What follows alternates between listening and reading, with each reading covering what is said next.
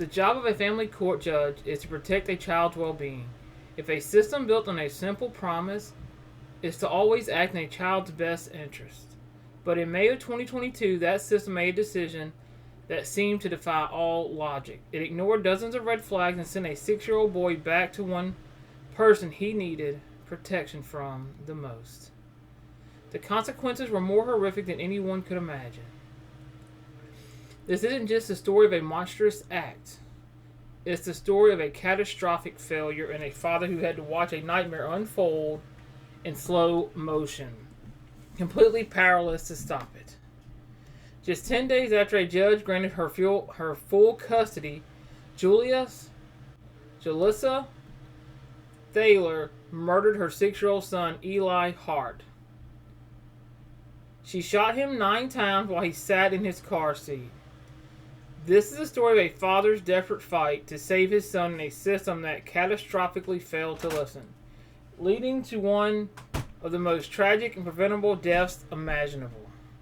Before he was a headline, Eli Hart was a little boy with a toothless grin. He loved Matchbox cars. To his father, Torrey Hart, he was everything. He completed my life. Torrey later told a courtroom Eli was a happy, outgoing kid, always buzzing with energy. He loved fishing, blowing bubbles, and swinging at the park. At his school, Shirley Hills Primary, he was a social butterfly, known and loved by everyone. Like many kids, Eli had his own set of challenges. He was born with a rare genetic disorder called Townes-Brocks syndrome, which caused kidney disease and meant he needed hearing aids. But these were just details of his life, not what defined him. What defined him was a powerful bond he shared with his father. Torrey's life revolved around when he would see his son next, and he dreamed of the day he could bring Eli home for good to start a new life in Wisconsin. The relationship between Eli's parents, Torrey Hart and Jalissa Thaler, was over, but they were still connected through their son. For a while, things were managed. But under the surface, a dangerous instability was going in Jalissa Thaler's life, and it was about to destroy everything. Jalissa Thaler's history was deeply troubled. Between the ages of 13 and 18, she had been in and out of mental institutions, treated for depression, mood disorders, and borderline personality disorder. This wasn't a secret. It was a well-documented pattern that only got worse over the years. In January of 2021, the system finally stepped in. After reports that Thaler was psychotic and hearing voices telling her to take herself out, Dakota County Social Services took legal and physical custody of Eli for nearly a year. Eli lived safely with a relative, Nikita Kronberg, who served as his foster mother. But all the while, Thaler was spiraling. In just 10 months, police were called to her home 21 times. She was even arrested for stealing drugs from a clinic. Despite all this, in December of 2021, the court sent Eli back to her. Family members, especially his foster mother, was horrified and strongly objected, seeing the danger clear as day. The changes in Eli was almost immediate and deeply alarming.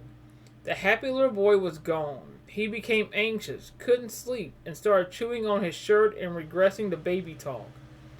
His behavior at school turned violent. He pushed one child off a slide and kicked another.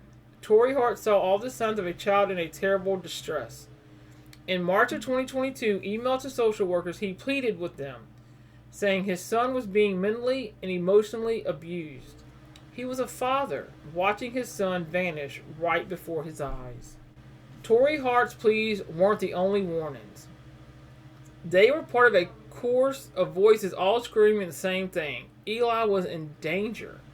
A court-appointed guardian, Sherry Larson, filed a report on May 4, 2022, saying she was very concerned about Mrs. Thaler's mental health. She noted Thaler was actively trying to stop Torrey from seeing Eli, even while admitting that the father appears to be a stabilizing force in Eli's life.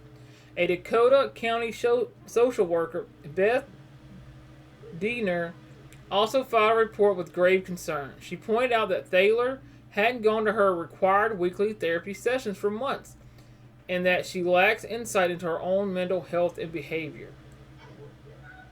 Beth also documented that Thaler was neglecting Eli's medical needs, not making sure his hearing aids worked, and often bringing him to school late. It seemed like every single person officially involved in the case saw the risk.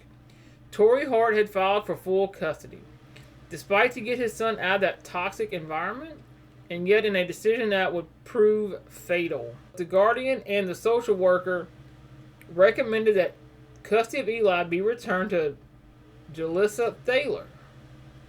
How does that happen?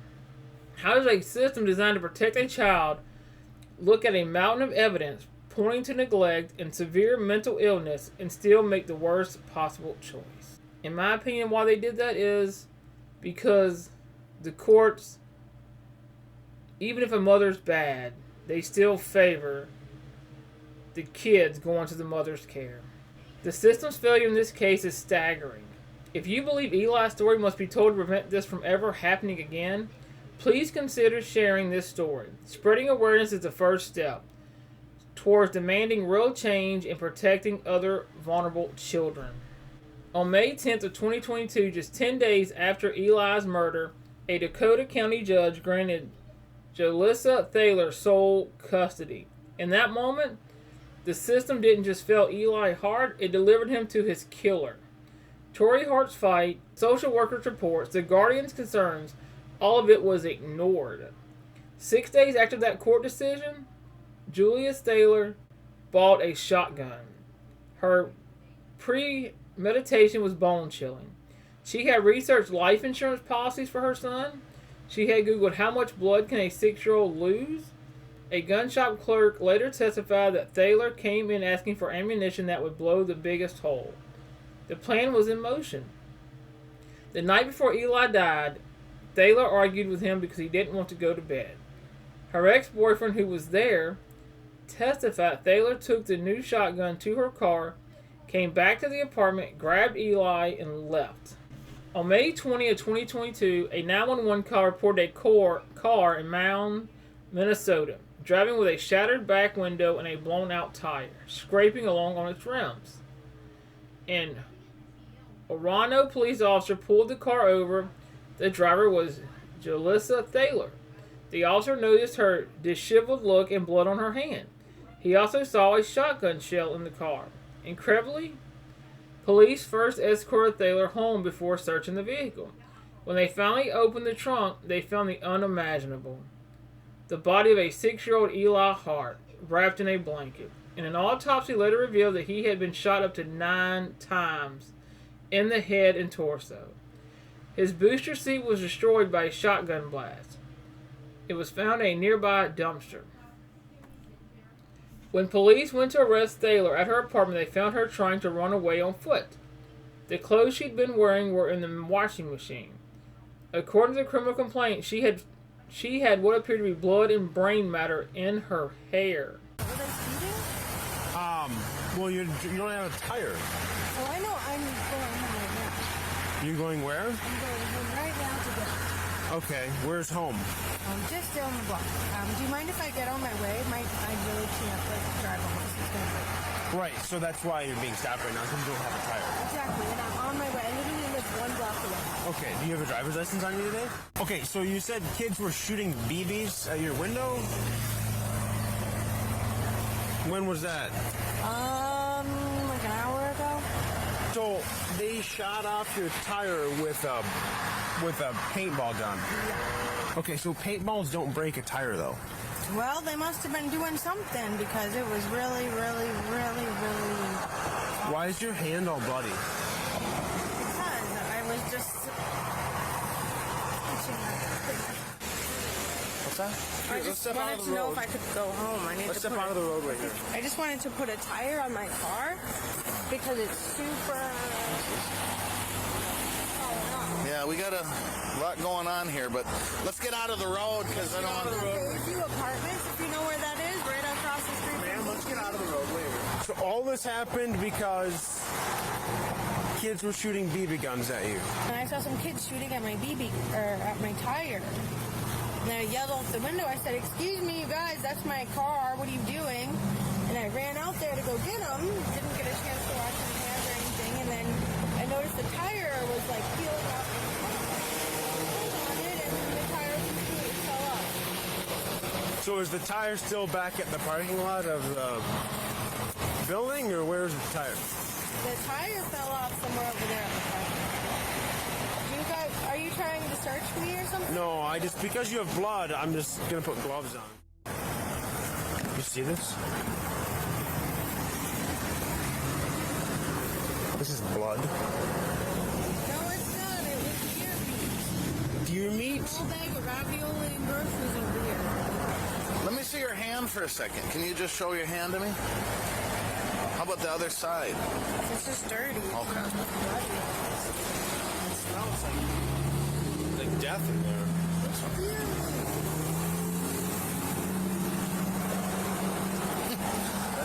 Yeah. I mean, Oh my God, look up in there.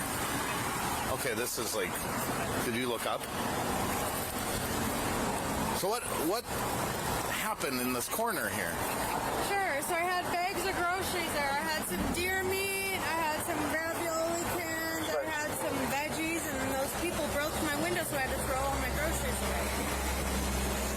Let's start 06 and just, yeah. What's up? So nobody else was in here today with you, right? No. Nobody. No. Okay. Why? What's up? Well, we're trying to figure it out. There's a lot going on here. That's a lot of blood Blood. or something. What's with what looks like blood in there? It's not blood, it's deer meat. I have a big bag of, there's a farm around here that does deer meat and hamburgers, so I get fresh bags from them. Okay. Glass bottle over it, sort of throw it out. I also have like tacos and like some. Where did this happen then? At the Alano Club do you know where the Alano Club is by Shell gas station? Al-Anon? Yeah, Alanon. You Okay. know where the Shell gas station is, right? Sure. Yeah. Yeah, it happened over there. Okay. I mean, it's just deer meat. You can look at it. yeah, where is it? Where is? I threw it out. It was full of glass. Okay. Was the deer meat sitting on the back? I had a few bags of groceries. What do you have in your trunk? Nothing. Nothing in the trunk at all? Nothing. There's no deer meat or anything in the trunk? No, sir. Does anybody else drive your car or just you?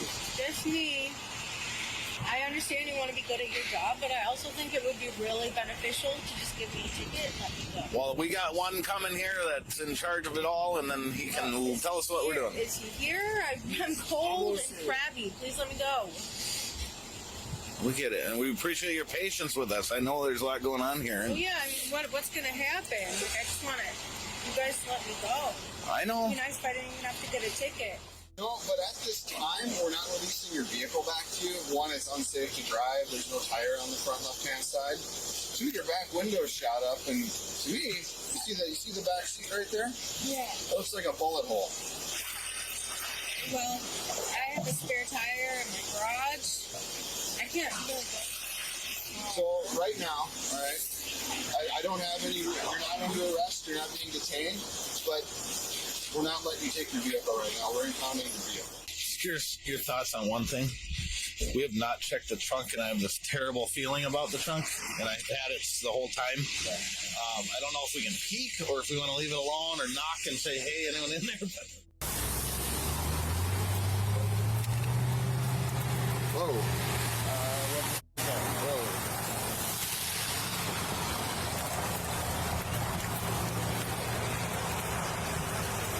That might be the deer meat that she took out of the car to put in the trunk. Watch yourself. We don't know if it's loaded or not.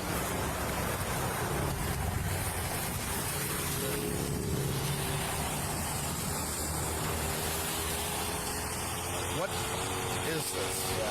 Is it an ant? It looks like a kid's leg.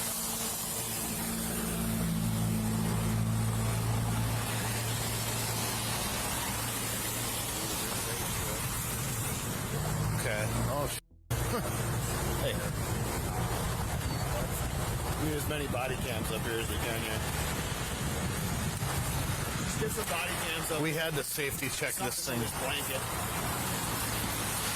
Watch out, there's a shotgun there.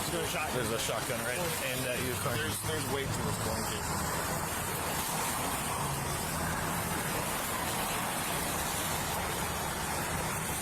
Holy crap. Alright, let's cover it.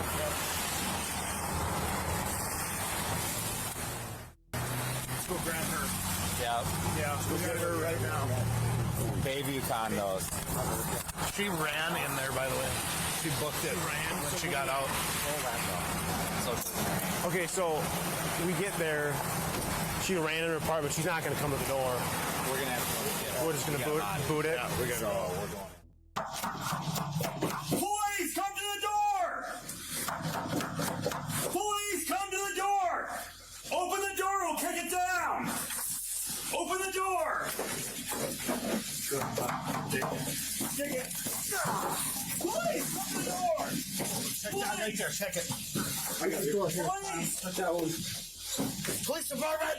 Watch that one. I'll cover this one. Please, don't with your hands up! Announce yourself! Please, announce yourself! Yeah, there was a washer going. Where's the washer? Right here. Hit it. Kill it. Don't let it drink.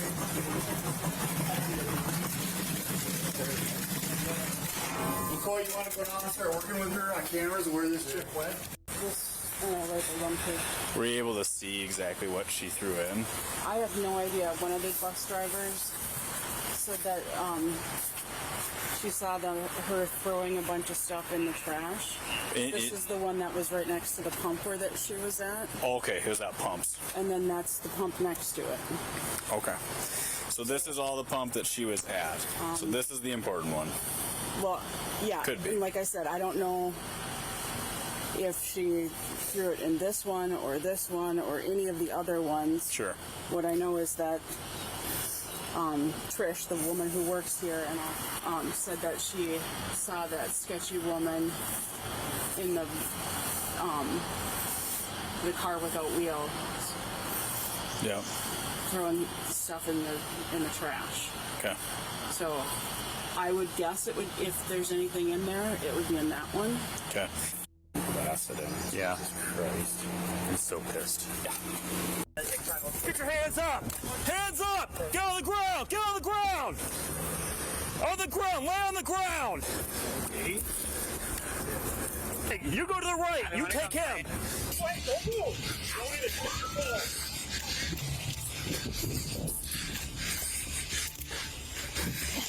You want to double laugh up?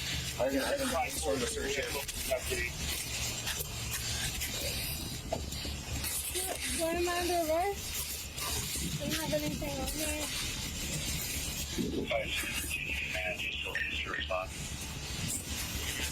Hey, well, here. My way here. Why do you arrest my boyfriend? We'll talk here. Okay. What the f*** is going on? We'll explain to you at the police department. Well, no, what the f*** is going on? Seriously. You'll be explained to it at the police department. You're being detained right now. For what? Put him in there for now. For what? They ain't doing this. Walk down the streets all doing. Right now, you're being held and arrested for suspicion of being involved in a homicide. And what homicide would that be? That's ridiculous. Well, that's what I think we have to talk about a few things here. Sure. Yeah, could you tell me like what you think I did and who is this person, and if you could answer those two questions, that would be awesome. What do you think was found in the trunk of that vehicle? I'm not sure what was in there. I think you know. I don't. Well, can you tell me what it was? Then maybe I'll know why I'm here. There's a dead body in the trunk of that car. A dead juvenile body. Really?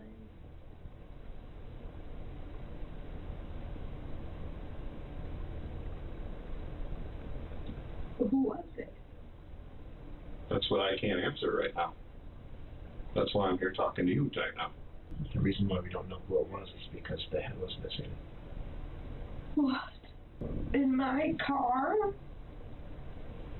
When I talked to you earlier, you had told me that you had that car and you were doing Instacart from 10 p.m. till 6 a.m. Today I was assaulted by somebody, and I have a really long history with my ex.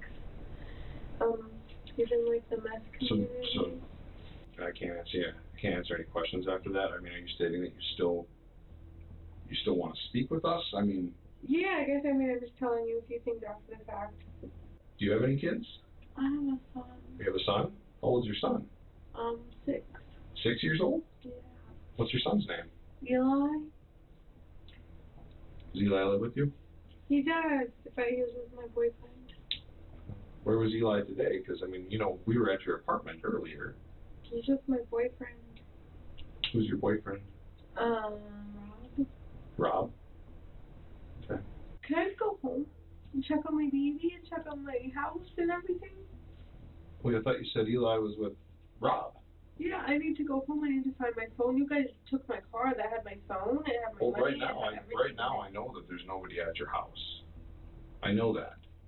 Would I be able to go home? Can you release me?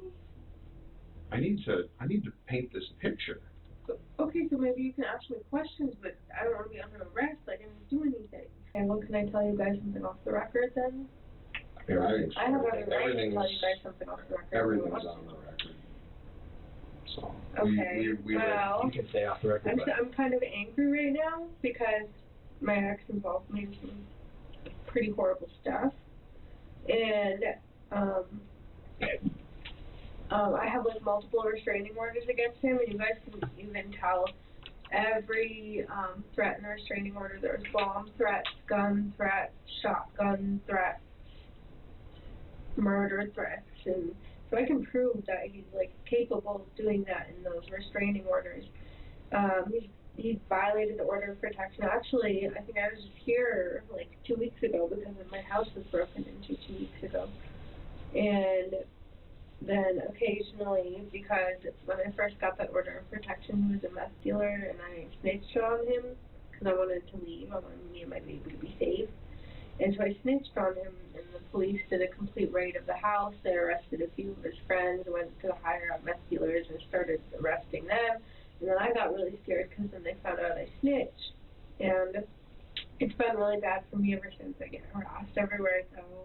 Like if I go to the cities, they harass me there. If I'm ever around like the meth community, they know my face, they know my name. And Tori has like a really, really long history of a really, really like big friend group of like meth smokers. And all of them are really, really possessive over my child. And I've tried to protect my child from Tori and everything he does, because there's like drugs and he steals stuff, and all these big meth dealers like know who he is. And occasionally here and there they reach out to me in the community and they'll be like, hey, they'll say something super threatening. And I'm just sitting there scared, like, oh, I was assaulted last night. What time? It would be like midnight. I was around the area just looking for grocery stores, and some of my baby daddy's meth community guys reached out to me. I stepped out of the car, started smoking a cigarette with them, and then they got really, really mad at me. Where did this happen? Over by like Minneapolis. And then they got really, really mad at me. And they said that Tori's been, my baby daddy, they said he's been really, really mad. I said, well, I'm sorry, it's not my fault. I don't know you guys anymore. I don't associate with you guys anymore. If you could please just leave us alone.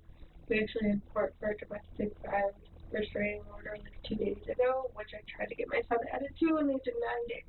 And then they were threatening me, and then they pushed me up against the car and assaulted me. So then I got my car, and the rest I need a lawyer for. When we stopped you had like that one flat tire. Was that something that was related to the assault? Yeah, they were the people who stabbed a hole in my tree. How long did the assault take place? A few minutes. And did you get, how did it come to an end? I guess he was done.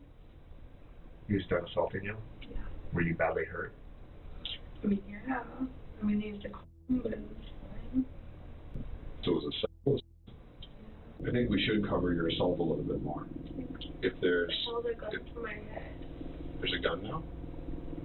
Okay. Now. You hadn't mentioned the gun before. You said that there was a knife involved. You said there was a knife involved. There, I would have ran.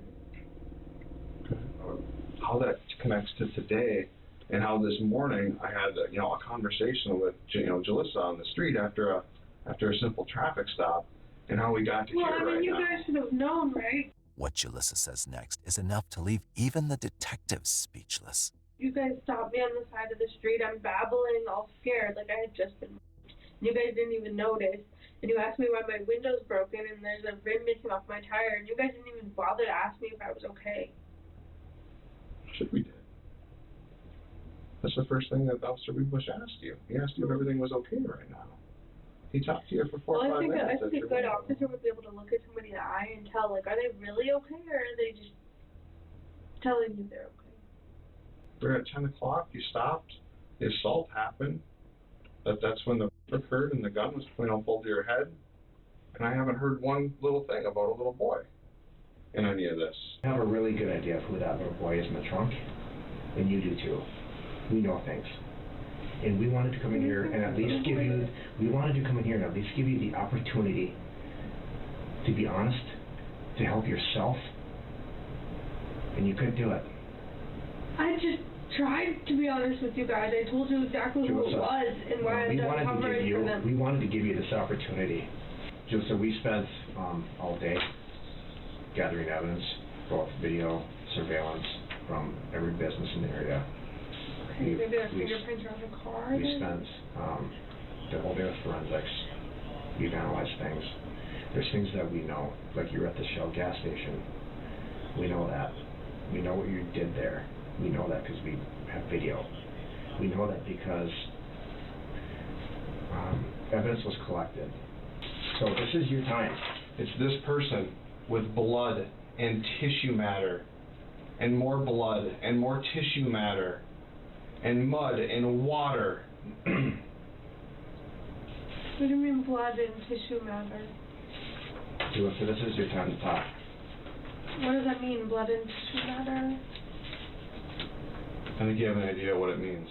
This is your opportunity to be honest with us. I was just honest with you, and you're not listening to anything I'm saying. I just gave you the information of these people who are harassing me. A generic person in the meth community, that's what I'm supposed to go on? I'm supposed to help this little dead child in a trunk? Your son that has body parts, skull, brains of your son in the back seat.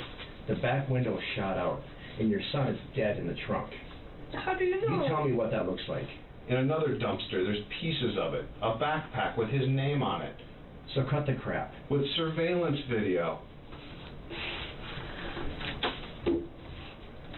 Multiple witnesses that see you. What witnesses? Is she still talking? She's just talking. He just stopped talking to me. He keeps me lying about the rape. Well, Jules, you have in mind because you said that you left by yourself, and we have you leaving your apartment with your son at 11:23 p.m. I'm aware. Where's your son now?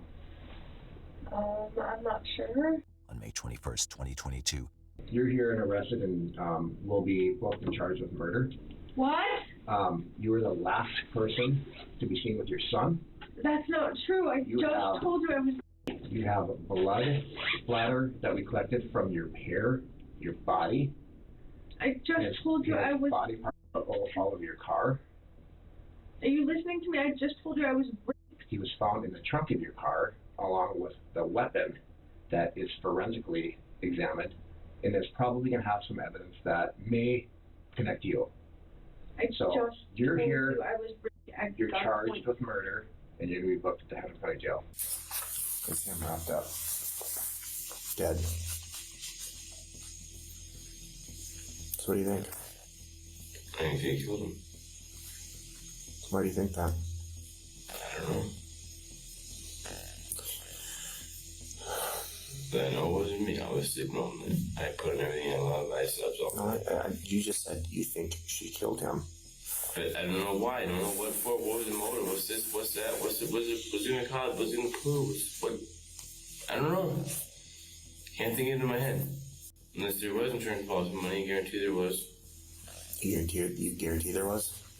There could have been, yeah. I didn't think that. No, it wasn't me. I was sleeping all night that night. It's fine when I went to bed. Didn't make sense. Doesn't make sense in my head right now. I'm thinking. I went to bed, she was arguing with him, and then that's about it. I don't know nothing else after that. She killed him. I know she did. How do you know it? I just know she did. I know for a fact she did. How? I know for a fact she did. How? Because I just do. Because what? I just do. I just know. You can't, that's not She's the only person that had to have done it. The only person. You can't say I know for a fact. She's the only one that had access to that gun, not me. I didn't know where it was. She put it away in storage or something, she said she did. And she pulled it out the same night that he dies. That's pretty f***ed up. You think so? When you guys would get done shooting, she would put the gun away somewhere that you didn't know? Yeah. It wouldn't stay in the car? No. It would come into the apartment? Yeah. And then she'd put it somewhere in the apartment? I don't know where. No.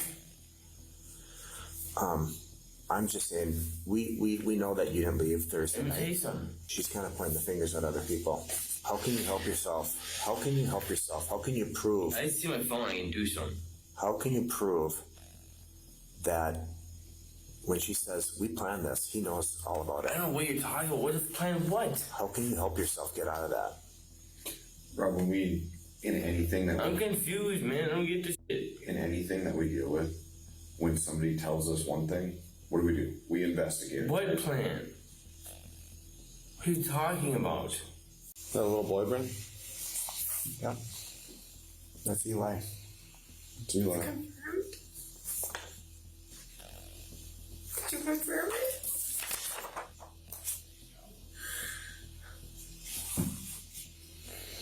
It's Eli in the trunk of your car. He's such a good person. You confirmed it? Are you sure? Are you sure? I don't want him to be involved at all in whatever they're doing, but you confirmed it's 100% my baby boy? I'm not getting an answer from you, yes or no. That's kind of important. Yeah, that's Eli. So yes?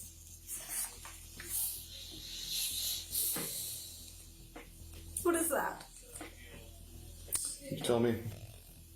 I don't know. You tell me. That's Eli's booster seat. From your car. Did you find the people who did this? Was there DNA on me? You used to call them, but I know that there's other ways of finding out. We're here talking about your dead son. And I'm here telling you who did it. But I didn't know he was dead. You're telling me my baby boy is dead? This dumpster is where we recovered a lot of his head, brain, tissue. This is the same dumpster that we have witnesses. That's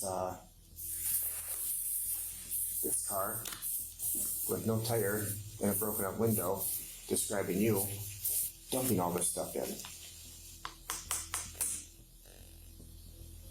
Do you have any witnesses of the rape? Investigate Eli's death for him. We're here to get answers for him. Because we think Who's an important person in the world? Because we think he deserves it. He deserves everything. He's not actually. He's like, how do you know? You know he is. How do you know? You know he is. You're making assumptions. How do you know that I know?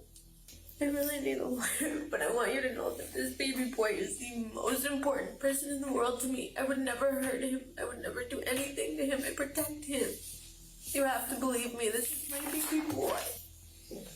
So we have scenes all around town where you were seen dumping parts of Eli in garbage cans. What do you mean? In garbage cans. I would never do that. Dumpsters. Witnesses saw you take this and throw it into a dumpster. I would never do that. She is pure evil. Jalissa Thaler's trial was short. The evidence against her was overwhelming. Cell phone data tracked her to the murder scene and to the dumpsters where she threw away evidence, including Eli's bloody backpack. Her son's DNA was found in her hair and on her skin. Her defense called no witnesses, and Thaler never testified. Her lawyer simply argued that while she may have been involved, prosecutors couldn't prove she was the one who pulled the trigger. The jury didn't buy it. After less than 2 hours, they found her guilty of first-degree premeditated murder. The conviction carries a mandatory sentence in Minnesota, life in prison without parole. At her sentencing, when the judge asked if she had anything to say, Thaler looked at the court and snarled, "I'm innocent. F you all, you're garbage." Judge J. Quam replied with a quiet gravity, "What I can't imagine, nobody can imagine, is when the person that takes a child from the world is the one that brought that child in." Justice in this case feels like an empty word. A conviction and a life sentence can't bring Eli Hart back. They only confirm the scale of a loss that was completely preventable. Torrey Hart later filed a wrongful death lawsuit against Dakota County and the employees who recommended Thaler get custody. In December of 2024, the county settled for $2.25 million. While the settlement forces the county to answer for its failures, it's small comfort for a father who lost everything. Torrey Hart's focus has now turned to making sure this never happens to another child. He and his family have championed Eli's law legislation aimed at reforming the family court system to better protect children. They have also worked to build a memorial playground in Eli's honor, a place of joy to remember a boy who was so full of life. The system failed Eli Hart. It failed to see what his father saw so clearly. It failed to listen. And the price of that failure was the life of a bright, happy 6-year-old boy whose story is devastating. Reminder that we must never, ever look away.